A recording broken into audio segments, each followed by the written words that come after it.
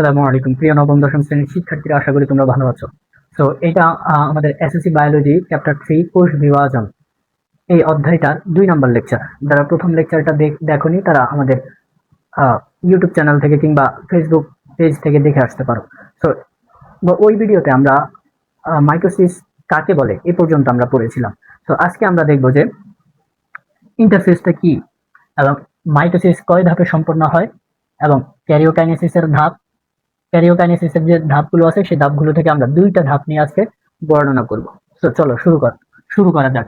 খেয়াল করো, এই যে ইন্টারফেস কি, ইন্টারফেসটা হলো মাইটোসিস কোষ বিভাজনের পূর্বে কোষের নিউক্লিয়াসের কিছু প্রস্তুতিমূলক কাজ করতে হয়, এই অবস্থাকেই বলা হয় ইন্টারফেস। কথার কথা, কোনো একটা কোষ, রাইট, কোনো একটা কোষ এটা ভাগ হবে, রাইট, ভাগ হয়ে 2টা কোষে পরিণত হবে। সো 2টা কোষে পরিণত হওয়ার জন্য এই যে নিউক্লিয়াসটা আছে, এই নিউক্লিয়াসটা অবশ্যই শক্তি সঞ্চয় করতে হবে, রাইট। বিভিন্ন ধরনের শক্তি কিংবা প্রোটিন ফাইব্রিল যেগুলো আছে, microtubule, maturation promoting factor, right. So এইগুলো সে কি করবে, আগে হলো এগুলো সে কালেক্ট করবে। তার মানে এই ইন্টারফেস দশায় সেই শক্তি কালেক্ট করে কিংবা সে প্রস্তুতি গ্রহণ করে, পরবর্তীতে মাইটোসিসে গিয়ে 2টা ধাপে ভাগ হয়ে যায়। তাহলে মাইটোসিসের পূর্বে নিউক্লিয়াসটা যে প্রস্তুতিমূলক কাজ করে সেই অবস্থাটারই বলা হয় ইন্টারফেস। আশা করি বুঝছো। এবার আসো, খেয়াল করো, এই মাইটোসিস আমরা গত ক্লাসে বলছিলাম যে মাইটোসিসে নিউক্লিয়াস একবার বিভাজিত হয় এবং ক্রোমোজোম একবার বিভাজিত হয়, রাইট। সো এখন আসো, মাইটোসিস প্রক্রিয়া কয় ধাপে সম্পন্ন হয়? 2 ধাপে, একটা সাইটোকাইনেসিস আর একটা হলো ক্যারিওকাইনেসিস। খেয়াল করো, সাইটোকাইনেসিস, খেয়াল করো, সাইটো শব্দটা আসছে সাইটোপ্লাজম থেকে। সো যারা দ্বিতীয় চ্যাপ্টার পড়ো নাই, দ্বিতীয় চ্যাপ্টারের ভিডিও কিন্তু আমাদের ইউটিউব প্লে লিস্টে দেওয়া আছে, দেখে ফেলতে পারো। খেয়াল করো, সাইটো শব্দটার মানে হলো সাইটোপ্লাজম আর কাইনেসিস শব্দটার অর্থ হলো বিভাজন প্রক্রিয়া।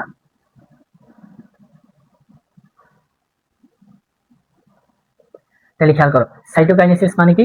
সাইটোপ্লাজমের বিভাজন প্রক্রিয়া। সৃজনশীলের কতে আসবে যে সাইটোকাইনেসিস কাকে বলে, বলবো যে মাইটোসিস কোষ বিভাজন প্রক্রিয়ায় সাইটোপ্লাজমের বিভাজনকে বলা হয় সাইটোকাইনেসিস।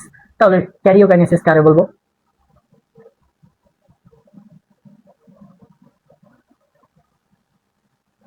খেয়াল করো, ক্যারিও শব্দটার অর্থ হলো নিউক্লিয়াস, ক্যারিও শব্দটার অর্থ নিউক্লিয়াস, আর কাইনেসিস মানে তো বিভাজন প্রক্রিয়া। তাহলে ক্যারিওকাইনেসিস কারে বলবো? মাইটোসিস কোষ বিভাজন প্রক্রিয়ায় নিউক্লিয়াসের বিভাজনকে ক্যারিওকাইনেসিস বলে। সহজ। এবার আসো, এই ক্যারিওকাইনেসিসটা 5 ধাপে সম্পন্ন হয়। কয় ধাপে সম্পন্ন হয়? 5 ধাপে সম্পন্ন হয়। এই 5 ধাপ নিয়ে আমাদের সবচেয়ে বেশি সৃজনশীল এই 5টা ধাপের বর্ণনা নিয়ে আসে।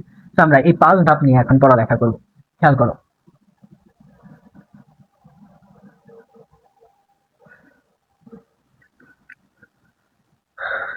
তাহলে ক্যারিওকাইনেসিস কয় ধাপে সম্পন্ন হয়?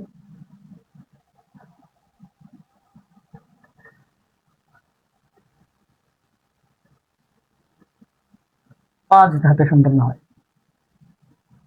1 number prophase, 2 number prometaphase,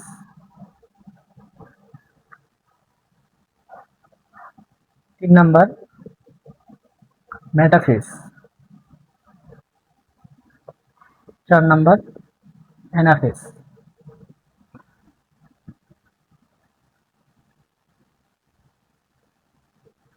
5 number telophase. আচ্ছা, খেয়াল করো, তাহলে ক্যারিওকাইনেসিস 5 ধাপে সম্পন্ন হয়। যদি বলি ওভারঅল মাইটোসিস কয় ধাপে সম্পন্ন হয়? 2 ধাপে, একটা ক্যারিওকাইনেসিস আর একটা সাইটোকাইনেসিস। আর ক্যারিওকাইনেসিস কয় ধাপে সম্পন্ন হয়? 5 ধাপে সম্পন্ন হয়। আচ্ছা, খেয়াল করো, এইখানে 1 নম্বর প্রোফেজ, 2 নম্বর প্রোমেটাফেজ, মেটাফেজ, অ্যানাফেজ, টেলোফেজ। তো এই প্রোফেজ মানে কি? খেয়াল করো, প্রো মানে হলো প্রথম, প্রো মানে প্রথম, ফেজ মানে হলো ধাপ। তাহলে এইটা ক্যারিওকাইনেসিসের প্রথম ধাপ, তাই প্রোফেজ। এবার আসো মেটা, মেটা মানে মধ্য, মেটা মানে মধ্য, ফেজ মানে ধাপ। তো মেটাফেজ মানে হলো মধ্য ধাপ। খেয়াল করো, এই মেটাফেজটারে কেন মধ্য ধাপ বলা হয়? কারণ হলো এইখানে কোষের যে ক্রোমোজোম গুলো আছে, নিউক্লিয়াসে যে ক্রোমোজোম আছে এটা কোষের মাঝখানে এসে বিন্যস্ত হয়, কোষের মাঝখানে এসে বিন্যস্ত হয়, এই কারণে এটা বলা হয় মধ্যধাপ বা মেটাফেজ। খেয়াল করো, অ্যানা শব্দের অর্থ হলো গতি, অ্যানা শব্দের অর্থ গতি, ফেজ মানে হলো ধাপ, তার মানে অ্যানাফেজ মানে হলো গতীয় ধাপ। অর্থাৎ এই ধাপে বিভাজিত যে ক্রোমোজোম গুলো আছে সেই ক্রোমোজোম গুলো ভাগ হয়ে এখান থেকে ভাগ হয়ে দুই দিকে গতিপ্রাপ্ত হয়, এই কারণে এটা বলা হয় অ্যানাফেজ। টেলো শব্দটার অর্থ হলো প্রান্ত বা শেষ, ফেজ মানে ধাপ, তার মানে ক্যারিওকাইনেসিসের শেষ ধাপকে আমরা বলবো টেলোফেজ, রাইট? টেলোফেজ। আচ্ছা, এবার আসো আমরা আজকের ক্লাসে, আচ্ছা প্রোমেটাফেজ মানে কি খেয়াল করো, প্রোফেজ এবং মেটাফেজের মাঝখানে এটা আছে, এই কারণে এটা হলো, এটার নামকরণ করা হয়েছে প্রোমেটাফেজ। অর্থাৎ প্রথম এবং মাঝখানের প্রথম এবং মধ্য ধাপের মাঝখানে যে ধাপটা আছে সেটাকে আমরা বলবো প্রোমেটাফেজ।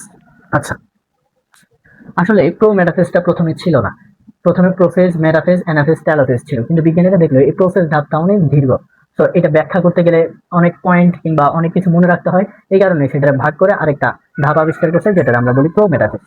ওকে, তো এই ক্লাসে আমরা শুধু প্রোফেজ আর হলো প্রোমেটাফেজটা দেখবো, বাকি তিনটা হলো পরের ক্লাসে দেখবো। আচ্ছা,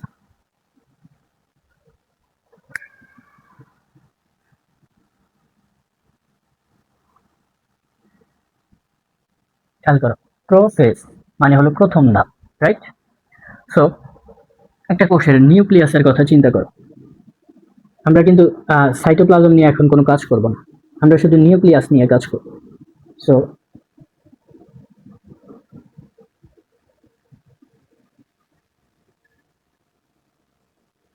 রাইট, সো খেয়াল করো, একটা কোষের মধ্যে নিউক্লিয়াস অবশ্যই অনেক ক্ষুদ্র থাকে।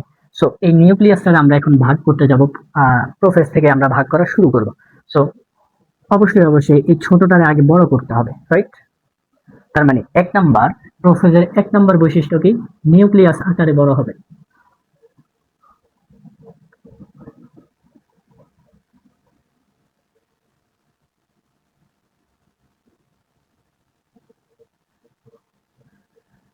তারপরে আসো দুই নাম্বার, খেয়াল করো, এটা হলো নিউক্লিওলাস, নিউক্লিওলাস, এটা হলো ক্রোমাটিন তন্তু,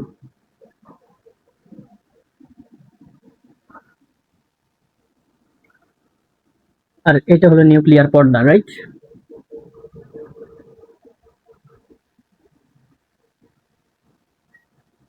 সো এই প্রসেস ধাপে এই যে ক্রোমাটিন তন্তুগুলো আছে, এই ক্রোমাটিন তন্তুগুলো থেকে, অর্থাৎ যেটা পরবর্তীতে গিয়ে ক্রোমোসোম হবে, এই ক্রোমাটিন তন্তু থেকে জল বিয়োজন হবে, খেয়াল করো, জল হ্রাস পাবে।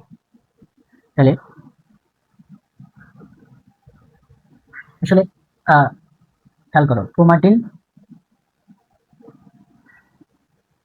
তন্তু থেকে ক্রোমোসোমে পরিণত হবে কিসের মাধ্যমে, জল বিয়োজন বা পানি হ্রাস করে। খেয়াল করো, যখনই জল বিয়োজন এবং পানি হ্রাস হবে, এই ক্রোমোসোম গুলো আরো খাটো ও মোটা হবে। কি হবে? খাটো ও মোটা হবে। তাহলে খেয়াল করো, এইখানে ক্রোমাটিন তন্তু আছে, পরবর্তীতে গিয়ে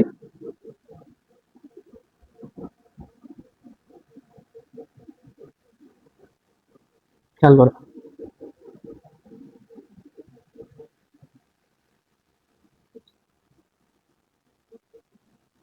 এইগুলো আমরা বলবো তখন ক্রোমোজোম।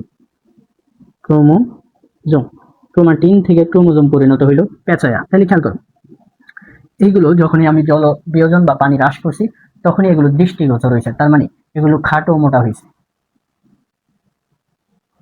খাটো ও মোটা। ঠিক আছে, খেয়াল করো, পরবর্তীতে এই ক্রোমোজোম গুলো 3 নম্বরে এসে, এই ক্রোমোজোম গুলো খেয়াল করে, ক্রোমোজোমের এই পার্টটারে বলা হয় সেন্ট্রোমিয়ার, এই পার্টটারে বলা হয় সেন্ট্রোমিয়ার। তাহলে এই ক্রোমোজোম গুলো পরবর্তীতে সেন্ট্রোমিয়ার ব্যতীত, কি ব্যতীত, সেন্ট্রোমিয়ার ব্যতীত লম্বালম্বি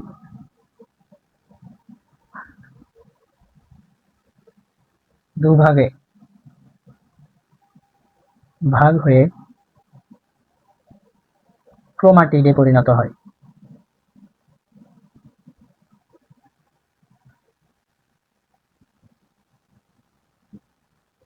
আচ্ছা, খেয়াল করো, সেন্ট্রোমিয়ার ব্যতীত লম্বালম্বি ক্রোমোজোম গুলো, আসলে এখানে দেওয়া উচিত ছিল ক্রোমোজোম গুলো সেন্ট্রোমিয়ার ব্যতীত লম্বালম্বি দুভাগে ভাগ হয়ে ক্রোমাটিডে পরিণত হয়। অর্থাৎ খেয়াল করো, এই যে ক্রোমোজোমটা আছে, এই ক্রোমোজোমটারে যদি আমরা একটু সুন্দর করে লিখি, একটু বড় করে,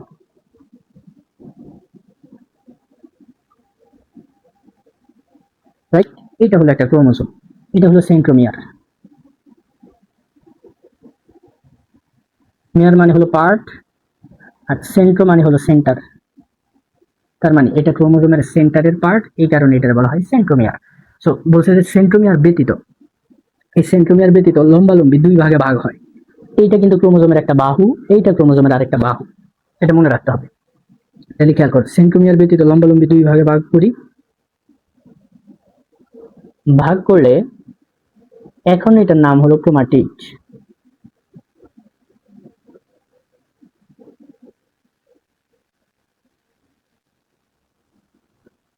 খেয়াল করো, এখন এটার নাম কিন্তু ক্রোমাটিড। তাহলে এইখানে একটা ক্রোমাটিড না, এখানে দুইটা ক্রোমাটিড। খেয়াল করো, এই পাশে একটা ক্রোমাটিড, এই পাশে আরেকটা ক্রোমাটিড। তার মানে একটা ক্রোমোজোম বিভাজিত হয়ে বা লম্বালম্বি দুই ভাগে ভাগ হয়ে সেন্ট্রোমিয়ার ব্যতীত দুইটা ক্রোমাটিডে পরিণত হয়। শেষ এই ধাপ। এবার আসো আমাদের, তাহলে খেয়াল করো এইখানে ক্রোমোজোমটা কি হয়েছে মূলত। ক্রোমোজোম প্রথমে ছিল এরকম পেঁচানো, অর্থাৎ ক্রোমাটিন ছিল, পরবর্তীতে এরকম অনেক পেঁচিয়ে খাটো মোটা হয়েছে। কেন? কারণ পানি হ্রাস করছি, এটার আমরা বলছি তখন ক্রোমোজোম। এই ক্রোমোজোমটা পরবর্তীতে লম্বালম্বি দুই ভাগে ভাগ হয়ে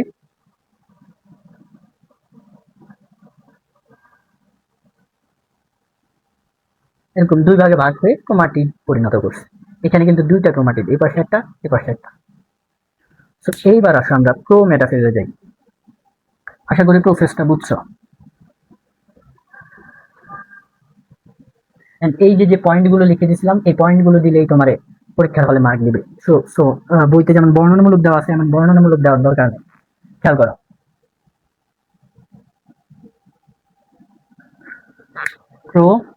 প্রোমেটাফেজ। তো এই ধাপে এসে কি হবে খেয়াল করো, এই ধাপে এসে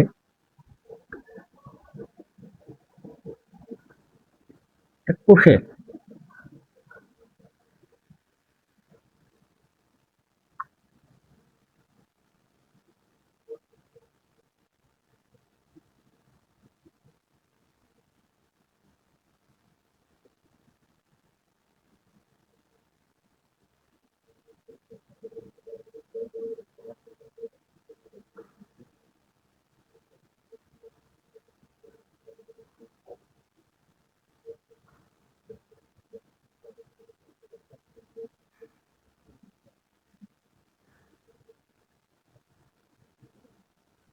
খেয়াল করো, এই ধাপে এসে এটা কিন্তু প্রোমেটাফেজ।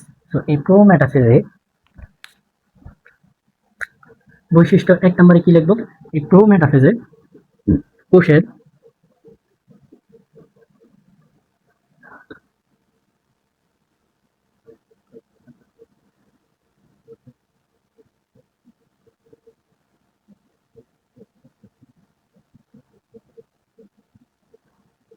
কোষের তন্তুগুলো একত্রিত হয়ে স্পিন্ডল যন্ত্র গঠন করে। খেয়াল করো, এটা কিন্তু উদ্ভিদ কোষে। কোন কোষে? উদ্ভিদ কোষে। উদ্ভিদ কোষের তন্তুগুলো একত্রিত হয়ে দুই মেরুযুক্ত স্পিন্ডল যন্ত্র গঠন করে। খেয়াল করো, এইটা একটা মেরু, এটা একটা মেরু, আর এই পুরাটুক হলো স্পিন্ডল যন্ত্র। এই যে সুতাগুলো আকৃতি দিয়েছে, এগুলো স্পিন্ডল যন্ত্র। খেয়াল করো, এখানে প্রত্যেকটা সুতারে আমরা বলবো স্পিন্ডল তন্তু। এটা একটা স্পিন্ডল তন্তু, এটা একটা স্পিন্ডল তন্তু, এটা একটা স্পিন্ডল তন্তু। আর যদি একত্রে সবগুলোর বলতে চাই, তখন আমরা বলবো স্পিন্ডল যন্ত্র। ঠিক আছে? এখন এইখানে এই তন্তুগুলো কি? এই তন্তুগুলো আর কিছুই না, মাইক্রোটিবিউল। সো মাইক্রোটিবিউল সম্পর্কে কিন্তু দ্বিতীয় চ্যাপ্টারে বলছিলাম। Microtubule right. খেয়াল করো, তার মানে মাইক্রোটিউবিউল গুলো একত্রিত হয়ে দুই মেরুযুক্ত স্পিন্ডল যন্ত্র গঠন করে। 2 নাম্বার, আমাদের যে ক্রোমোজোমটা ক্রোমাটিডটা ছিল, খেয়াল করো এরকম ছিল না ক্রোমাটিডটা, অর্থাৎ পেঁচানো আর কি, আমরা এখন সুতার মতো দিচ্ছি। তাহলে খেয়াল করো এইগুলো এসে কথার কথা এই তন্তুর সাথে লাগলো, এটা এসে মনে করো এটার সাথে লাগলো, দুইটা দিক তাহলে সহজ হবে। তাহলে খেয়াল করো এই যে সেন্ট্রোমিয়ারটা যে স্পিন্ডল তন্তুর সাথে লাগছে সেটাকে তখন আমরা স্পিন্ডল তন্তু না বলে ট্রাকশন ফাইবার বলবো। তাহলে কি বলবো, যে স্পিন্ডল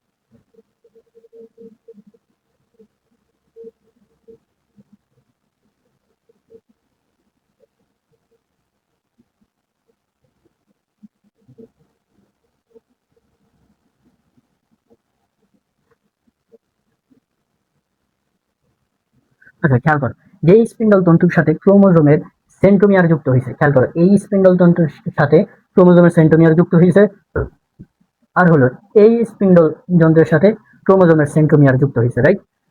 সো এই স্পিন্ডল তন্তুটারে তখন আমরা স্পিন্ডল তন্তু না বলে একটা বিশেষ নাম দেবো, যেটা বলবো ট্রাকশন ফাইবার, কিংবা ট্রাকশন ফাইবার এর বাংলা হলো আকর্ষণ তন্তু, কিংবা এটা আমরা ক্রোমোজোমাল তন্তুও বলবো। ঠিক আছে, এখন আসো এইখানে খেয়াল করো, আমি কিন্তু ডট ডট দিয়ে, যদিও গোল হয় নাই, ডট ডট দিয়ে গোল্লা দেখাইছি। তার মানে কি, এইখানে আমাদের প্রোফেজ ধাপে, খেয়াল করো প্রোফেজ ধাপে আমাদের নিউক্লিয়ার পর্দা ছিল না, নিউক্লিয়ার মেমব্রেন কিন্তু ছিল, এবং নিউক্লিওলাসটাও ছিল। এইখানে এসে খেয়াল করো এই যে নিউক্লিয়ার মেমব্রেন এবং নিউক্লিওলাসটা প্রায় বিলুপ্ত অবস্থায়। তাহলে কি লিখবো, আচ্ছা আমি এগুলো মুছে দিই। তো এগুলো অবশ্যই অবশ্যই তুলবা।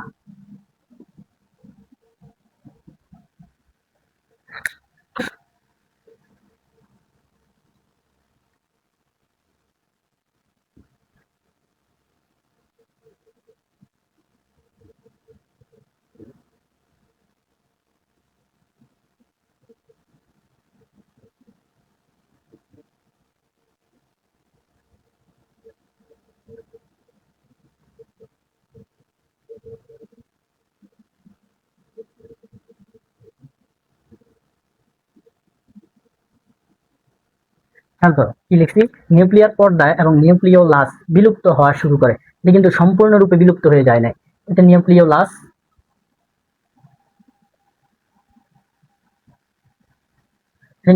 বিলুপ্ত নিউক্লিওলাস, আর এটা হলো এই ডটটা হলো বিলুপ্ত নিউক্লিয়ার পর্দা, বা যেটা বলা হয় নিউক্লিয়ার মেমব্রেন। সো এইখানে আরেকটা পয়েন্ট তুমি দিতে পারো, সেটা হলো এই যে স্পিন্ডল তন্তুটার, এটারে যদি আমরা উত্তর মেরু ধরি, এটারে যদি আমরা দক্ষিণ মেরু ধরি, মাঝখানটারে আমরা বলবো বিষুবীয় অঞ্চল বা ইকুয়েটর। কি বলবো, তাহলে স্পিন্ডল তন্তুর মাঝখানটারে আমরা ইকুয়েটর বা বিষুবীয় অঞ্চল বলতে পারি। তাহলে খেয়াল করো, আমরা আবার একটু রিক্যাপ করি। ইন্টারফেস কি, ইন্টারফেস হলো একটা কোষ মাইটোসিস কোষ বিভাজনে অংশগ্রহণ করার আগে কিছু তার যে নিউক্লিয়াস আছে সেটা কিছু প্রস্তুতিমূলক কাজ করতে হয়, যেটা আমরা বলি ইন্টারফেস। এখন মাইটোসিস প্রক্রিয়ায় আমরা গত ক্লাসে কিন্তু মাইটোসিস কাকে বলে বলছিলাম, এন্ড মাইটোসিসের কয়টা ধাপ, দুইটা ধাপ, সেটাও বলছিলাম। একটা হলো সাইটোকাইনেসিস আর একটা হলো ক্যারিওকাইনেসিস। সাইটোকাইনেসিস কারে বলে, সাইটোপ্লাজমের বিভাজন প্রক্রিয়াকে সাইটোকাইনেসিস বলে, এবং নিউক্লিয়াসের বিভাজন প্রক্রিয়াটারে ক্যারিওকাইনেসিস বলে। এই ক্যারিওকাইনেসিসের 5টা ধাপ, prophase, prometaphase, metaphase, anaphase and telophase. So prophase, pro মানে হলো প্রথম, ফেজ মানে হলো ধাপ, তার মানে এটা ক্যারিওকাইনেসিসের প্রথম ধাপ। এই প্রথম ধাপে 1 নম্বরে কি হবে, নিউক্লিয়াসটা আকারে বড় হবে, নিউক্লিয়াসটা আকারে বড় হবে। 2 নম্বর যে ক্রোমাটিন তন্তু আছে সেখান থেকে আমরা জল বিয়োজন করে ক্রোমোজোমে পরিণত হবে, এন্ড ক্রোমোজোমটা 3 নম্বরে ক্রোমোজোমটা সেন্ট্রোমিয়ার ব্যতীত লম্বালম্বি 2 ভাগে বিভক্ত হয়ে ক্রোমাটিডে পরিণত হবে, রাইট, ক্রোমাটিডে পরিণত হবে। তারপরে আসো প্রোমেটাফেজে। প্রোমেটাফেজকে আরে বলবো প্রোফেজ এবং মেটাফেজের মাঝখানের ধাপকে আমরা বলবো প্রোমেটাফেজ, রাইট? সো এই প্রোমেটাফেজের 1 নাম্বার, প্রথমে কি হয়, উদ্ভিদ কোষে 2 মেরু বিশিষ্ট কতগুলো তন্তু দিয়ে এক ধরনের যন্ত্র গঠন হয়, যেটাকে আমরা বলবো স্পিন্ডল যন্ত্র। এই স্পিন্ডল যন্ত্রের প্রতিটা তন্তুরে আমরা বলবো স্পিন্ডল তন্তু। আর যে তন্তুগুলোর কথা বলা হয়েছে সেগুলো আর কোনো তন্তুই নয়, সেটা হলো মাইক্রোটিউবিউল, রাইট? আর 2 নম্বরে এসে খেয়াল করো, এই যে ক্রোমাটিড আছে বা যে ক্রোমোজোম আছে, এই ক্রোমোজোমের সেন্ট্রোমিয়ার যে স্পিন্ডল তন্তুর সাথে যুক্ত হবে, সেই স্পিন্ডল তন্তুটারে আমরা বলবো ট্রাকশন ফাইবার বা ক্রোমোজোমাল তন্তু বা আকর্ষণ তন্তু। 3 নম্বরে এসে এখানে খেয়াল করো, নিউক্লিওলাস এবং নিউক্লিয়ার পর্দা। নিউক্লিওলাস এবং নিউক্লিয়ার পর্দা প্রায় বিলুপ্ত হওয়া শুরু করে, বিলুপ্ত কিন্তু শেষ হয় নাই, বিলুপ্ত শেষ হবে মেটাফেজ ধাপে, রাইট? আর এই যে এটাকে যদি আমরা স্পিন্ডল যন্ত্রের উত্তর মেরু ধরি, এটাকে যদি দক্ষিণ মেরু ধরি, তাহলে মাঝখানেরটারে আমরা বলবো বিষুবীয় অঞ্চল বা ইকুয়েটর। এখানে প্রাণী কোষের একটা ঘটনা আছে। প্রাণী কোষের ঘটনাটা হলো, খেয়াল করো, প্রাণী কোষে একটা বিশেষ ধরনের অঙ্গাণু থাকে যেটার নাম হলো সেন্ট্রিওল, যেটা সেন্ট্রোজোম আর কি, সেন্ট্রোজোমের ভিতরে সেন্ট্রিওল থাকে। সো প্রাণী কোষের মধ্যে এই সেন্ট্রিওলটা 2 মেরুতে পৌঁছায়, খেয়াল করো, 2 মেরুতে পৌঁছায়। এদের মধ্যে যে মাইক্রোটিউবিউল গুলো আছে সেগুলো এরকম ক্ষরণ, মানে এরকম সন্নিবেষ্টিত করে, এদিকেও করে, এও এদিকে করে, খেয়াল করো। এইটা এখন এইটা পরবর্তীতে স্পিন্ডল যন্ত্র গঠন করবে। অ্যান্ড স্পিন্ডল যন্ত্র গঠনের আগে এটার আমরা বলি অ্যাস্টার রে। কি রে? অ্যাস্টার রে। সো এই অ্যাস্টার মানে হলো তারা কিংবা নক্ষত্র। খেয়াল করো, আমাদের তারা কেমন হয়, কথার কথা এটা, এরকম চারপাশে আলো ছড়ানো থাকে না? সো এইটারে আমরা তখন তারা কিংবা নক্ষত্র বলি। ঠিক সেম ভাবে এই সেন্ট্রিওলটা খেয়াল করো, চারপাশে এরকম রশ্মির মতো, এগুলো কিন্তু রশ্মি না, এগুলো হলো ওই মাইক্রোটিউবিউল। মাইক্রোটিউবিউল গুলো এমন ভাবে সজ্জিত হয়েছে, দেখতে এটার কিছুটা নক্ষত্র বা তারার আলোর মতো দেখা যায়, এই কারণে এটার নামকরণ করা হয়েছে অ্যাস্টার রে। তাহলে প্রাণী কোষে সেন্ট্রিওল গুলো 2 প্রান্তে পৌঁছায়, 2 প্রান্তে পৌঁছায়া তারা মাইক্রোটিউবিউল গুলোকে এমন ভাবে সজ্জিত করে যে দেখতে অনেকটা তারার আলোর মতো দেখা যায়, যেটারে গ্রিক ভাষায় বলা হয় অ্যাস্টার রে। সো আজকের ক্লাস এই পর্যন্ত। পরবর্তী ক্লাসের জন্য তোমাদেরকে আমন্ত্রণ জানালাম। আসসালামু আলাইকুম রহমতুল্লাহ।